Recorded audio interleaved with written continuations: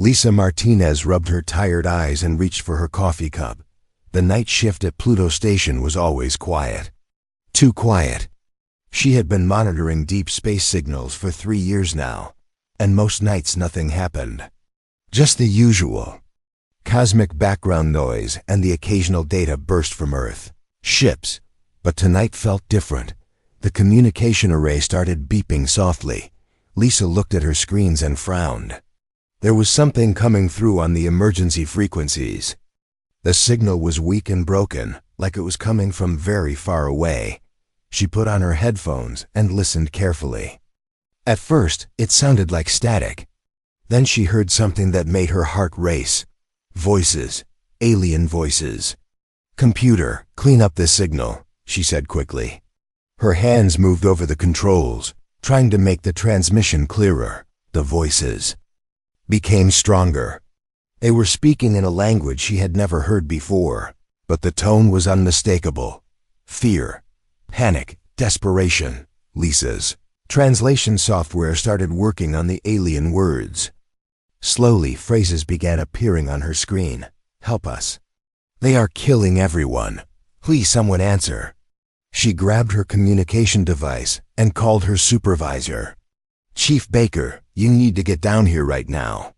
We have first contact, and it's not good." Chief Baker arrived 5 minutes later, still putting on his uniform jacket. He was a big man with gray hair who had worked in space communications for 20 years. Lisa had never seen him look worried before, but his face was pale as he listened. "To the alien transmission. How far away is this coming from?" he asked. Lisa checked her instruments. The signal strength suggests over 1,000 light years, maybe more. "Chief, listen to what the computer is translating." They both listened. As more alien words were converted to English, the story that came through was horrible. An entire star system was under attack. Ships were being destroyed. Colonies were being wiped out. The aliens were begging for help from anyone who could hear them. "They're calling to anyone," Lisa whispered. "They don't know who might be listening. They're just hoping someone, somewhere, can help them." Chief Baker was quiet for a long moment. Then he picked up the secure line to Earth Command. "This is Pluto Station. I need to speak to Admiral Sullivan immediately. Tell her it's a Code 1 situation." While they waited for the connection, Lisa kept working on the signal. More details came through. The aliens called themselves the Valori. They were peaceful. People who had never fought a war. Now they were being hunted by something called the Kethver. The Kethver seemed to be warriors who traveled from system to system, conquering everything they found. They took what they wanted and destroyed the rest. The Valori had tried to surrender, but the Kethver were not interested in prisoners.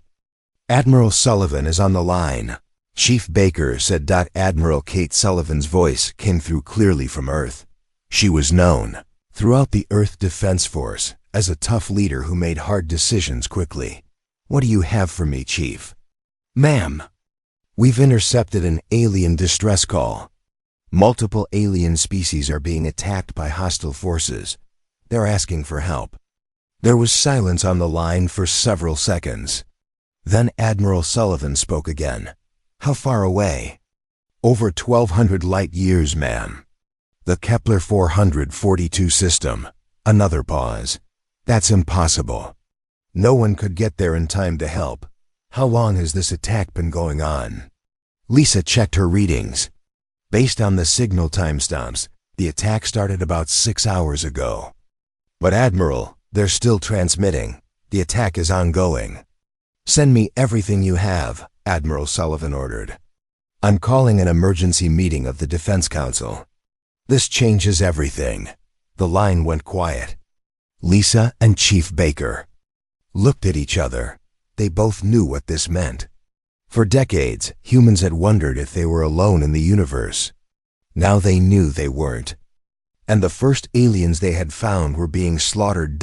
Over the next hour, more transmissions came through. The Valori were trying to evacuate their planets, but the Kepler ships were faster. Entire families were being separated. Children were crying for their parents. The aliens were dying, and there was nothing anyone could do to help them. Or was there? Lisa had studied human history. She knew that 1,200 light-years was an impossible distance from most spacefaring civilizations. But humans were different. They had developed faster-than-light travel out of necessity, pushing their technology to dangerous limits, because their homeworld was so far from everything else. Earth was what scientists called a death world. The gravity was too strong, the weather too violent, the life too aggressive for most species to survive. Humans had evolved to be tough because their planet tried to kill them every day. They had learned to travel great distances because they had to. "Chief," Lisa said quietly, "what if we're the only ones who can help them?" Chief Baker was listening to another Valori transmission. A mother was calling for her children, her voice breaking with fear. "Lisa, start recording everything. If Admiral Sullivan decides to act, she need all the information we can give her." Back on Earth, Admiral Sullivan was already in the war room. The holographic display showed the location of the Kepler 442 system. It was farther than any human ship had ever traveled. The journey would take days, even with their fastest drives. By the time they arrived, the Valori would probably all be dead, but Captain Jake Thompson, commander of the Earth Defense Force's most advanced ship, was studying the data with a different expression. He had spent his career pushing human technology to its limits. His ship, the UES Vengeance, had engines that could bend spacetime in ways that scared most engineers. "Admiral," he said, "it's possible. Dangerous, but possible. We'd have to push. Our drives pass safe limits, but we could make the journey in less than 2 days." Admiral Sullivan looked around the room at her officers. They all knew what this meant. If they went to help the Valori, they would be revealing humanity's existence to the entire galaxy. There would be no going back to hiding in their corner of space. But as another transmission came through from the dying aliens, the choice became clear. The Valori were calling for heroes. They didn't know that their call had reached the one species in the galaxy that might actually answer. They had reached the Deathworlders. Captain Jake Thompson stood in the engine room of the UES Vengeance, watching Chief Engineer Maria Santos work.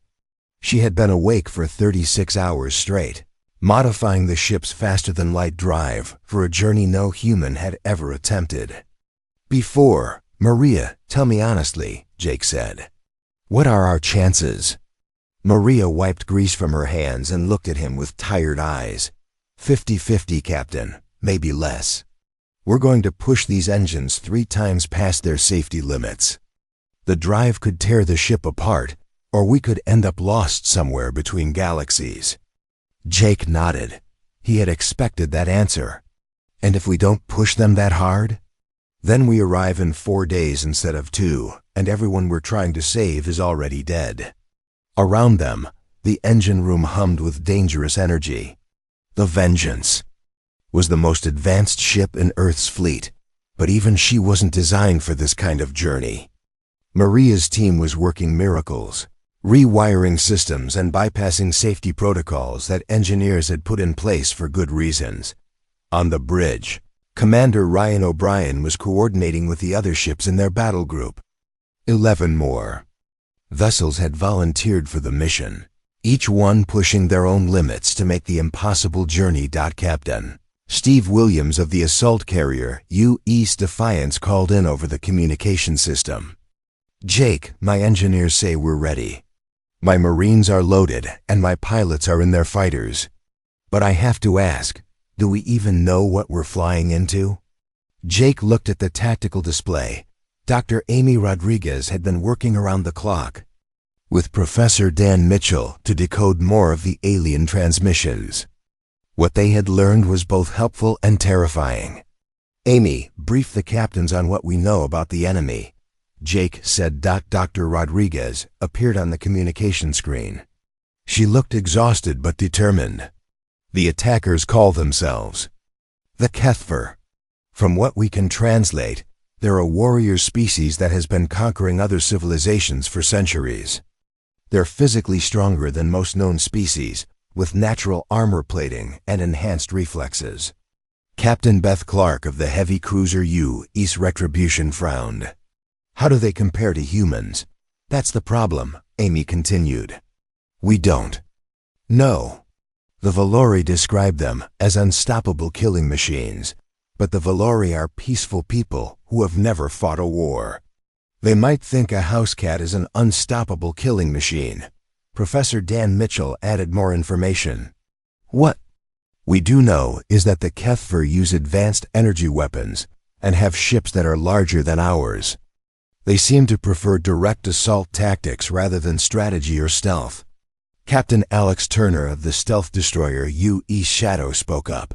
That might work in our favor. If they're used to fighting civilizations that surrender easily, they won't be prepared for a real fight. Jake smiled grimly. Humans had never been good at surrendering.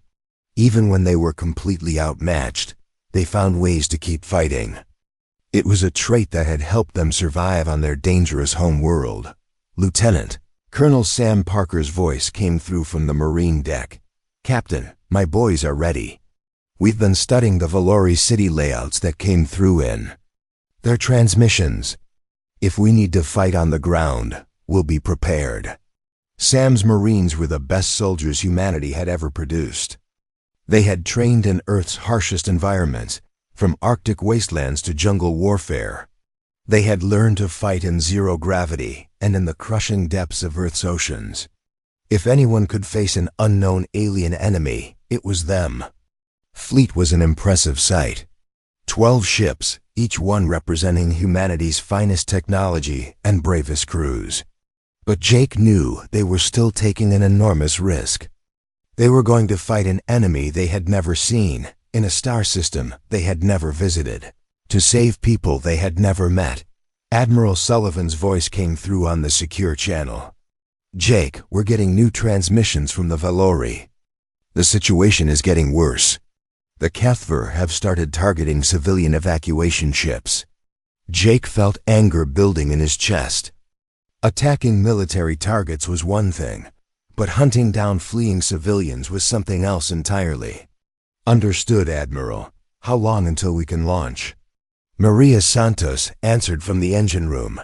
20 more minutes, Captain. We're finishing the final modifications now. Around the fleet, similar scenes were playing out. Engineers were making last-minute adjustments. Marines were checking their weapons and equipment. Pilots were running final diagnostics on their fighters. Medical teams were preparing for casualties they hoped would never come. Chief Gunner Mike Peterson was in the U.S. Vengeance's weapons bay, modifying torpedo warheads. If these Kethver have heavy armor, standard explosives might not be enough, he explained to his team. We're going to need something with more punch. His modifications were dangerous and probably violated several safety regulations. But Mike had learned long ago that sometimes you had to break the rules to save lives. Dr. Rodriguez was preparing her medical bay for alien patients. She had no idea what Valori physiology was like, but she had packed everything from basic first aid supplies to advanced surgical equipment. Human battlefield medicine had been developed to keep soldiers alive in the worst possible conditions. She hoped it would work on aliens too. As the final preparations were completed, Jake called all ship captains for one last meeting. Ladies and gentlemen, he said, in 15 minutes we're going to attempt something that has never been done before. We're going to travel farther and faster than any human fleet in history, to fight an enemy we don't understand, to save people we've never met. He paused and looked at each captain's face on his screen. I won't lie to you, we might not make it. Our engines might fail. The enemy might be too strong. We might all die in the dark between stars. Captain Williams smiled. Jake, you're giving a terrible motivational speech. Jake laughed. Let me finish.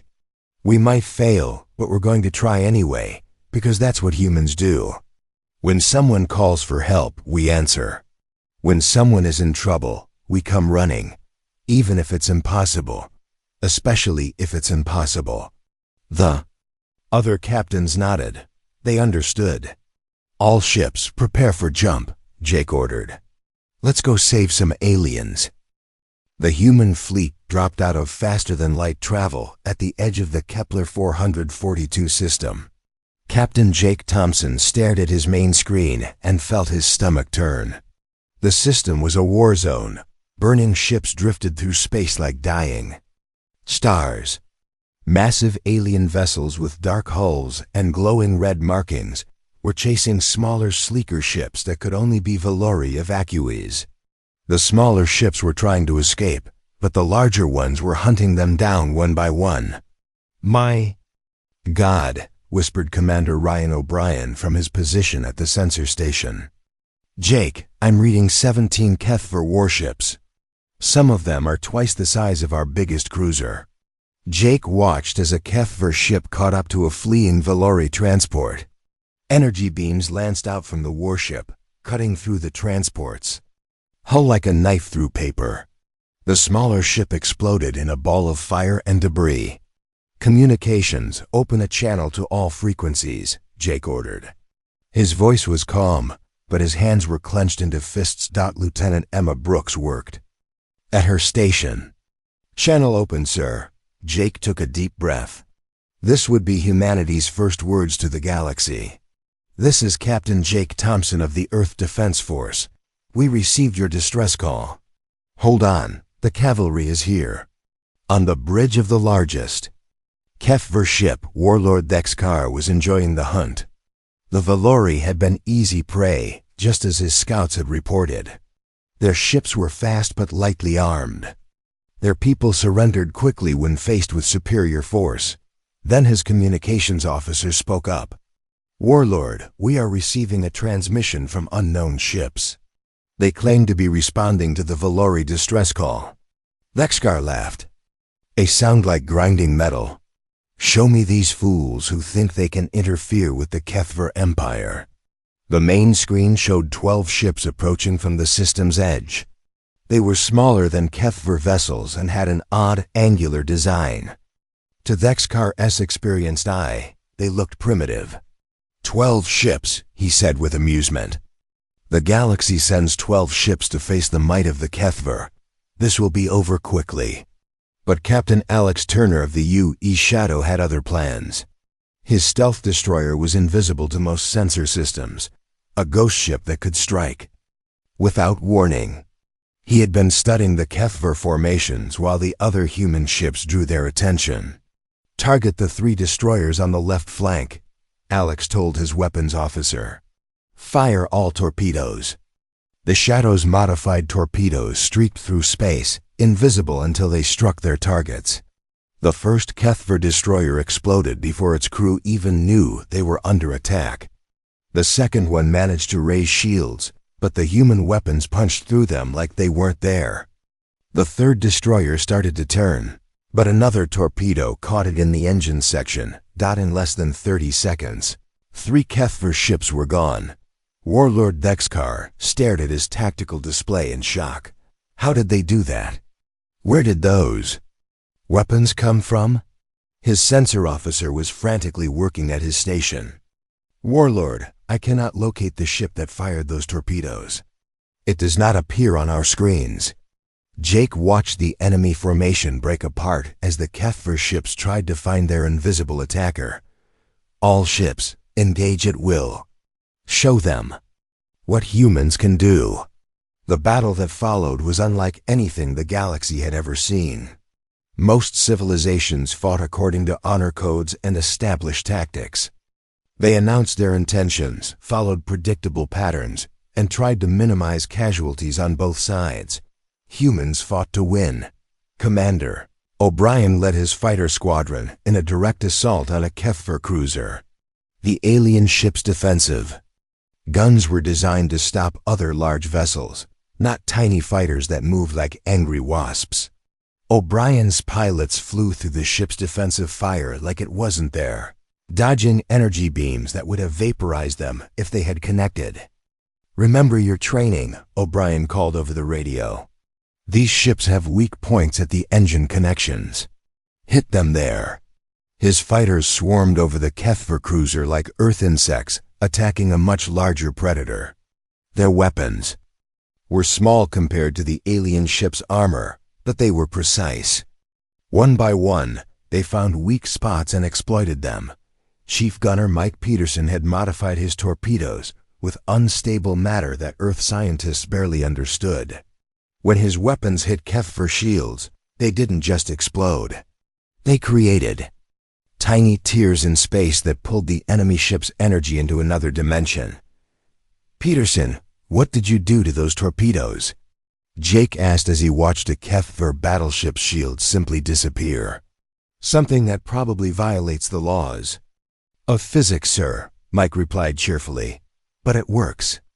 On the surface of Valor Prime, the main Valori colony world, Colonel Sam Parker's Marines were writing their own chapter of the battle. The HFY had landed ground forces to hunt down civilians who couldn't evacuate in time. The alien warriors were 7 feet tall, covered in natural armor plates, and armed with energy weapons that could cut through steel. They had conquered dozens of worlds and never met serious resistance on the ground. Then they met humans that Private First Class Jenny Walsh had taken a direct hit from a HFY energy rifle. The blast had burned through her armor and left a smoking hole in her chest. Any other species would have died instantly. Jenny kept fighting. She crawled behind cover, used emergency medical foam to seal the wound, and then continued her mission to rescue Valori civilians. When her rifle ran out of ammunition, she picked up rocks and threw them with deadly accuracy. When a HFY warrior got too close, she pulled the pin on a grenade and held it until the last possible second. Sergeant Tony Garcia's squad was trapped in a building when HFY artillery brought the structure down on top of them. The aliens assumed everyone inside was dead and moved on to hunt other targets. 20 minutes later, Tony and his men dug themselves out of the rubble and resumed their attack. They used the collapsed building as cover, turning the HFY trap into a fortress. The Valori civilians who witnessed these acts could barely believe what they were seeing. These strange aliens fought with a determination that defied logic. They continued battling even when injured, even when outnumbered, even when victory seemed impossible. High Counselor Veltar of the Valori managed to establish communication with the human fleet from his underground command center. Unknown ships. He transmitted, "I am Veltar, leader of the Valori people. We do not understand who you are or why you have come to help us, but we are grateful beyond words." Jake's voice came back immediately.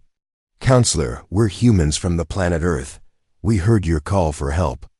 Is there somewhere safe we can evacuate your people?" Veltar looked at the tactical display showing the battle raging above his world.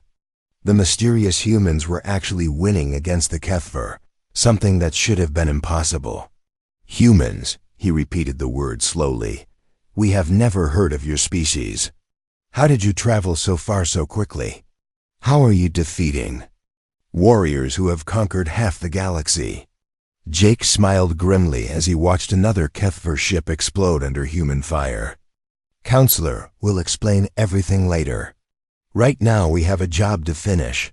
The tide of battle was turning. The HFY had started the day expecting an easy victory over helpless prey. Instead, they found themselves facing an enemy that fought like the universe itself was trying to kill them, because for humans, it always had. News of the battle at Kepler 442 spread across the galaxy like wildfire. On crystalline worlds and gas giant stations, alien civilizations watched their communication networks with growing amazement. Someone was fighting the HFY. Someone was winning. The Zephyrians were the first to act.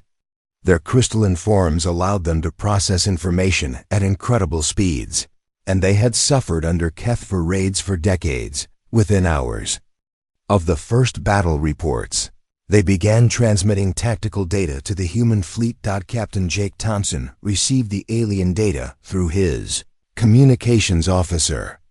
The information was incredibly detailed, showing weak points in HFY armor and ship designs that the Zephyrians had discovered through painful experience. "Lieutenant Brooks, relay this information to all our ships," Jake ordered. "And send a message back to the Zephyrians. Tell them we appreciate the help." But even with alien allies providing intelligence, the human fleet faced a terrible new threat. Long-range sensors detected a massive object approaching the system. It was a HFY dreadnought, a ship so large it could crack planets in half. Commander Ryan O'Brien stared at the sensor readings. "Jake, that thing is 15 miles long. Our biggest ship could fit inside one of its weapon bays." The dreadnought was called the Doom of Worlds, and it had earned its name by destroying 17 civilizations. Its arrival changed everything. Even if the humans could defeat the remaining HFY fleet, they had no weapons that could penetrate the dreadnought's armor. Back on Earth, Admiral Kate Sullivan was monitoring the battle from her command center. She had been hoping to avoid using humanity's most dangerous weapon, but the situation left her no choice. "General Morrison," she said to the head of Earth's weapons development program, "authorize Project Prometheus." General Morrison's face went pale. "Admiral, are you sure? We've only tested it once, and that was on an asteroid. We don't know what it will do to a ship that size." "We're about to find out," Sullivan replied grimly. Project Prometheus was humanity's deepest secret. It was based on controlled antimatter reactions, technology so dangerous that only 3 people in the entire Earth Defense Force knew how it worked. The weapon could convert matter directly into energy, creating explosions that rivaled small stars. Jake received the authorization codes and felt his hands shake slightly as he entered them into his ship's weapons system. The Prometheus device was stored in a specially shielded compartment, and activating it required clearance from both Earth Command and the ship's captain. "Maria," he called to Chief Engineer Santos, "how long to charge the Prometheus system?" Maria's voice came back from the engine room, tight with worry. 10 minutes, Captain. But Jake, if this goes wrong, it could take out our entire fleet along with the enemy." The dreadnought Doom of Worlds entered the system like a moving mountain. Its weapons began firing immediately, energy beams that could boil oceans reaching out toward the human ships. Captain Beth Clark of the U.S. Retribution barely managed to dodge the first salvo. "All ships, scatter formation," Jake ordered. "Buy us time while we charge the Prometheus device." The human fleet scattered like startled birds, using every trick they had learned in their years of fighting. Captain Alex Turner's stealth ship, Shadow, tried to get close enough to launch torpedoes, but the dreadnought's shields were too strong. Captain Steve Williams launched every fighter he had, but their weapons barely scratched the massive ship's hull. On the ground, Colonel Sam Parker's Marines were evacuating the last Valori civilians when they saw the dreadnought's Shadow fall across the planet. The alien ship was so large it blocked out the sun. "Sergeant Garcia," Sam called to his squad leader, "get those civilians to the extraction point. This is about to get very interesting." Private Jenny Walsh, still fighting despite her injuries, looked up at the massive ship.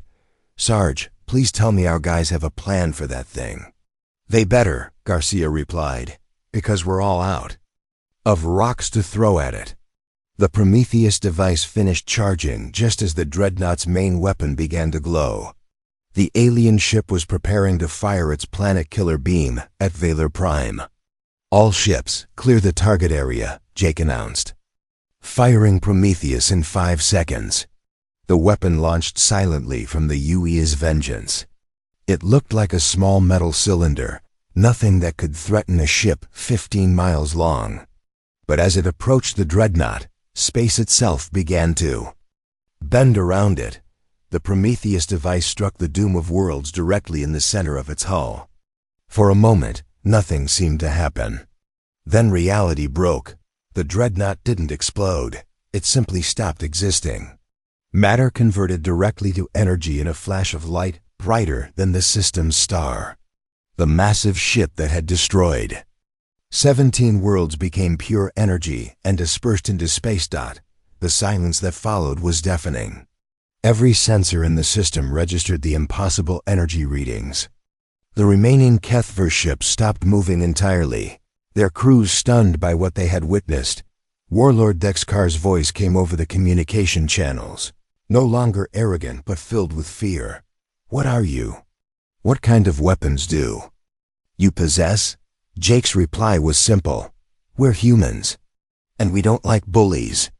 The psychological impact on the HFY fleet was immediate. These warriors had built their empire on being the strongest, the most feared force in the galaxy. They had never retreated from a battle. But watching their most powerful ship simply vanish broke something inside them. One by one, the surviving HFY ships began to withdraw.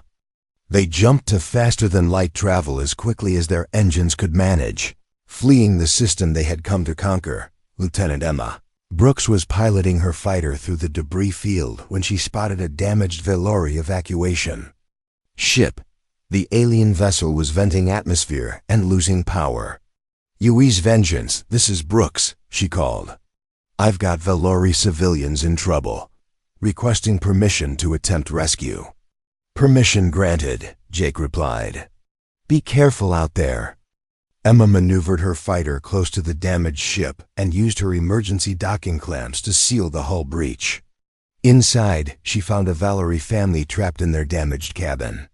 The aliens were tall and thin, with pale blue skin and large eyes that showed their fear and confusion. "It's okay," Emma said, even though she knew they couldn't understand her words. "We're here to help." The Valori mother looked at Emma with wonder. This strange alien had risked her life to save them. She reached out with a trembling hand and touched Emma's face, tears streaming down her cheeks. Dr. Amy Rodriguez was treating injured Valori in her medical bay when she made a disturbing discovery. The alien physiology was even more fragile than they had guessed. The Valori had evolved on a peaceful world with low gravity and mild weather. Their bones were hollow like bird bones, and their skin was thin and sensitive. No wonder the HFY were winning so easily, she muttered as she worked. These people weren't designed for war. But the Valori were also remarkably intelligent. High Counselor Veltar was already adapting human medical techniques to help his injured people. He watched Dr. Rodriguez work with fascination. "Your medical knowledge is incredible," he told her through the translation system. "You treat injuries that would kill any Valori." "How is this possible?" Amy smiled sadly. "We've had a lot of practice. Our world is dangerous, so we learn to heal quickly or die." Meanwhile, Commander Lisa Hayes in Intelligence was intercepting HFY communications as their fleet retreated. What she heard made her blood run cold. "Captain Thompson," she called urgently, "you need to hear this. The HFY aren't giving up. They're calling this a probe. They're saying they now know where to find us, and they're mobilizing their main battle fleet." Jake felt a chill run down his spine. "How many ships are we talking about?" "Hundreds, sir. Maybe thousands. And they're all heading toward human space." The victory at Kepler 442 was complete, but it had come at a cost. Humanity had revealed itself to the galaxy, and they had made a very powerful enemy. The HFY Empire would not forgive the destruction of the Doom of Worlds, and they would not underestimate humans again. But as Jake looked at the rescued Valori, civilians, and thought about the other peaceful species that needed protection, he knew they had made the right choice. Sometimes being a hero meant accepting that the fight would never truly end. The galaxy had learned that humans existed. Now it would learn what humans were willing to do to protect the innocent. 3 days after the battle, the Kepler 442 system was quiet again. The wreckage of HFY ships drifted in space like metal tombstones, and the surviving Valori were slowly returning to their damaged worlds. But everyone knew this was just the beginning. Captain Jake Thompson stood in the conference room of the UE's Vengeance, looking at a holographic display that showed the galaxy around them. Red dots marked Kethver territories, blue dots showed known peaceful civilizations, and a single green dot marked human space. Far away and isolated. High Counselor Veltar of the Valori sat across from him, his tall, thin frame making him look fragile compared to the human captain. But his large eyes showed intelligence and determination. "Captain Thompson," Veltar said through the translation device, "my people owe you a debt we can never repay.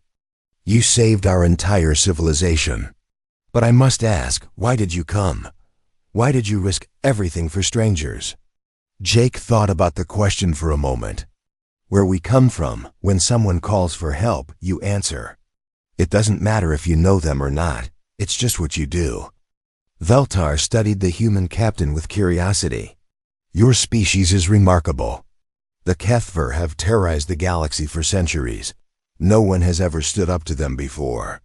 "Then it was about time someone did," Jake replied, simply. Dr. Amy Rodriguez entered the conference room carrying a datapad filled with medical information. She had been studying Valori physiology and had made some interesting discoveries. "Jake, you need to see this," she said. "The Valori have medical technology that's centuries ahead of ours. Their healing techniques could save thousands of human lives. And in return, our knowledge of battlefield medicine could help them survive in a dangerous galaxy."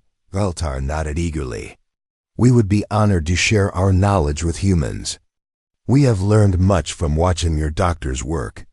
Your ability to heal severe injuries is almost miraculous to us." Before Jake could respond, Commander Lisa Hayes burst into the room with urgent news from Earth. "Captain, we're receiving communications from something called the Galactic Council. They want to talk to whoever is in charge of the human fleet." Jake frowned. "The Galactic Council? We've never heard of them before." "Apparently they've been watching us," Lisa continued. "The destruction of the Kethver dreadnought got their attention. They're sending a diplomatic ship to meet with us. Within hours, an alien vessel unlike anything humans had ever seen arrived at the edge of the system. It was beautiful and graceful, made of what looked like living crystal that changed colors as it moved. The ship belonged to the Altarian Republic, one of the oldest civilizations in the galaxy. Chancellor Morden of the Altarians was a being of pure energy contained within a crystalline shell. When he spoke, his voice sounded like wind chimes in a gentle breeze. "Humans of Earth," he said over the communication channel, "I bring greetings from the Galactic Council. Your actions here have been observed and recorded. The galaxy has not seen such courage in many centuries." Jake responded carefully, "Chancellor, we appreciate your contact. We're honored to meet representatives of the galactic community." But Mordunza's next words carried a warning beneath their polite tone. "Your species has great potential, Captain Thompson. But you have also made a dangerous enemy. The Kethver Empire will not forget what happened here. They are already mobilizing their full fleet." "How many ships are we talking about?" Jake asked, though he dreaded the answer. "Over 2,000 warships, Captain. More than any single species has ever faced and survived." The number hit Jake like a physical blow. Humanity's entire fleet consisted of less than 100 ships. Even with their advanced technology, they couldn't fight odds like that. However, Chancellor Morden continued, "You are not alone. The Zephyrians have already pledged their support. Other civilizations that have suffered under Kethver rule are considering joining an alliance. The galaxy is tired of living in fear." Back on Earth, President Patricia Lewis was addressing a joint session of Congress and the Global Defense Council. The discovery of alien life had changed everything for humanity. They could no longer hide in their corner of the galaxy, pretending they were alone. "My fellow humans," President Lewis said, "we stand at a crossroads. We can retreat to Earth and hope the galaxy forgets about us, or we can step forward and take our place as protectors of those who cannot protect themselves." Admiral Kate Sullivan was already making plans for the latter option. She had been reviewing intelligence reports from across the galaxy, and the picture they painted was clear. The HFY Empire controlled dozens of star systems through fear and brutality. Peaceful civilizations paid tribute to avoid destruction. Entire species lived as slaves. "We can't let this continue," she told her staff. "If we don't stop the HFY now, they'll eventually come for Earth anyway." But stopping the HFY would require more than military might. It would require diplomacy, alliance building, and careful strategy. Humanity would need to learn to work with alien civilizations. They had never met before. Colonel Sam Parker was already working on that problem. His Marines were training with Valerie volunteers, learning alien tactics and teaching human combat techniques. The cultural exchange was fascinating and sometimes amusing. "Sergeant Garcia," Sam called to his squad leader, "the Valori want to know why Private Walsh keeps fighting even when she's injured. They say it's impossible for any living being to ignore pain like that." Garcia grinned. "Tell them it's because she's from Detroit, sir. Pain is just Tuesday where she comes from." Meanwhile, Captain Alex Turner of the stealth ship Shadow was working with Zephyrian engineers to improve human cloaking technology. The crystalline aliens thought differently than humans, and their insights were invaluable.